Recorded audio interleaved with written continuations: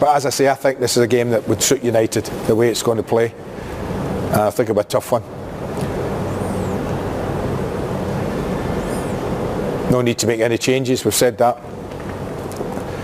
Decent result at the Molineux last week, the draw.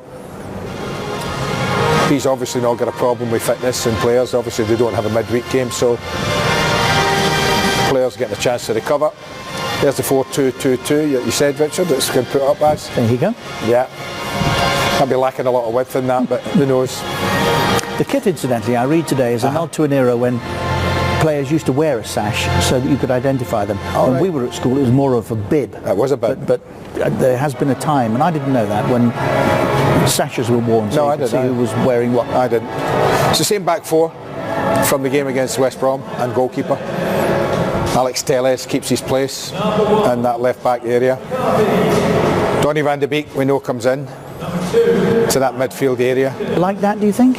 No, it won't be like that. No, absolutely not. It'll be three narrow. And Mason Greenwood comes back into the side as well for Mata and Martial are out. That's the two that have been left out. Well, Martial's ill, as we heard, and Mata has been left out. You see, it's 4-4-2 when you look at Southampton. They just tuck them in slightly, maybe at times, but it's a 4-4-2. That's more like a little diamond here with Fred, Matic, Van de Beek, Fernandes just playing there.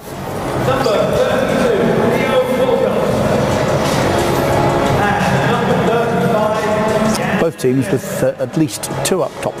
Yeah. 2-0 to Southampton at half-time, just as it has been to the Saints at full-time in each of their last 3 home league games. Let's get straight into it then. 1-0, Glenn and Michael talked about the threat of James Ward-Prowse before the game. He's put this on a sixpence, Steve. I mean, you could see the way they were setting up, that they wanted to put it right underneath David de Gea. And if there's anybody in the Premier League that's going to put that ball exactly from a set piece where they want to, it's James Ward-Prowse. I mean, not only that delivery for the first goal, but then his second goal as well. Undefendable, Glenn? In some ways, because of the ball coming in, the pace of the ball comes in so quickly, and it's dipping as well, and there's good movement. That's the key to it. They've identified that they don't fancy De Gea on crosses on this sort of cross, so they've put bodies in there, but there's a lovely little subtle movement. Look, say Adams goes to that near post, and there's a little bit of movement there. Vestergaard comes out there, just covering the areas, but it's all about the delivery. And I think it's Bednarek that just comes in there, makes a little bit of movement. Rashford actually gets carried away with, instead of just concentrating on the delivery, he has a little 1v1 in the tussle. But it's a fantastic flighted corner, and we spoke about it, as Michael says, before the game. And we're going to speak about goalkeepers. Before we get to David De Gea, how important was the double save at 1-0 for Alex McCarthy? Well, the only thing wasn't it? So he dug himself out of a bit of a hole here, didn't he? But, I mean, if you take that away from it, it's the save of the season. That is unbelievable, that second one. And do you know what? There's a little third one as well. He just nudges it with his elbow away from, I think it's Fernandes, but, I mean, it's a horrific mistake to start with. Greenwood hits it really, really well. That save is unbelievable. And then he just gets a little touch again with his elbow that just takes it out the reach of Fernandes. There. Oh, treble save.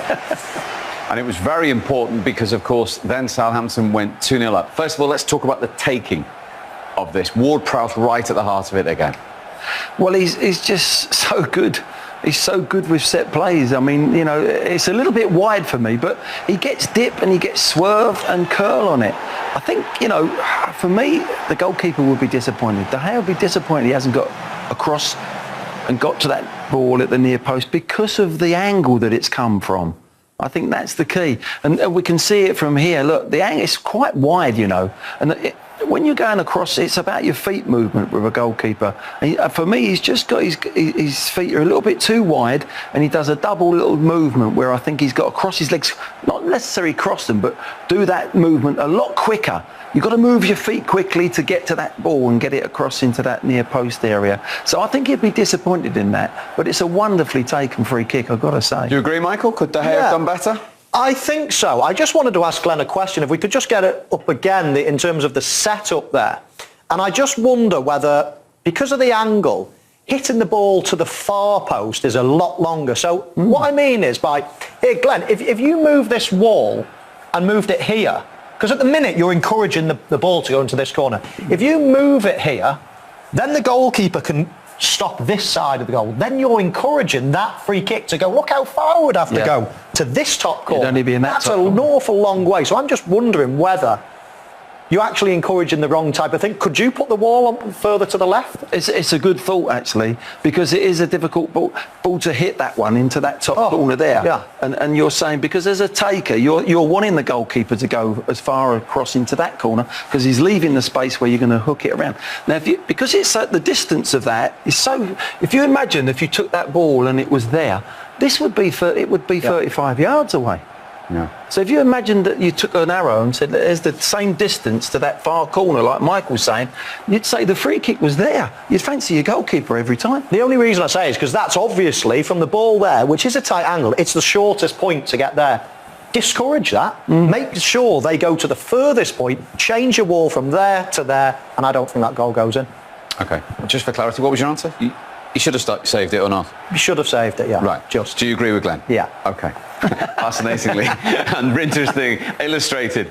His first Premier League start. What is it you saw midweek that's earned his place? No, it's not what I saw midweek. I've seen it throughout the season, throughout his career. We knew he was going to be important for us, and it's just about timing, and it's the balance in the team as well.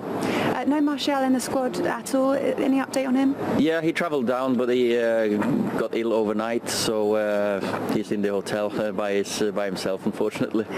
Could you give us an update on Paul Pogba, how his ankle's doing?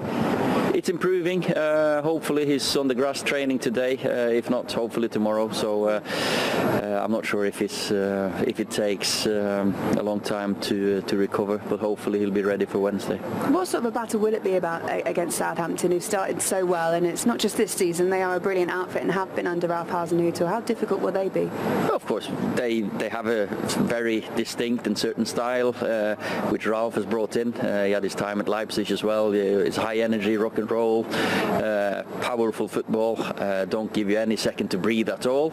So we've got to be ready for that, and then hopefully we can defend well, create spaces when we attack ourselves. Okay. Thank you very much, Ole. Good luck. Thank you. Ralph, some great results, confidence and belief it feels in your team. Where's that coming from? How are you getting that? Hard work, good progress in any part of our game, and finally in the right moments, the right decision taking on the pitch. Players are getting more and more used to what we want to see, and it's good to watch that it's also successful. The game against Manchester United, will it feel sweeter with a win at home, considering the record they have here? A win in the Premier League feels always sweet, so it's not important against who you take it, but you know that against the strong sides it's always even more exciting, but it's also more work to do, and if you want the victory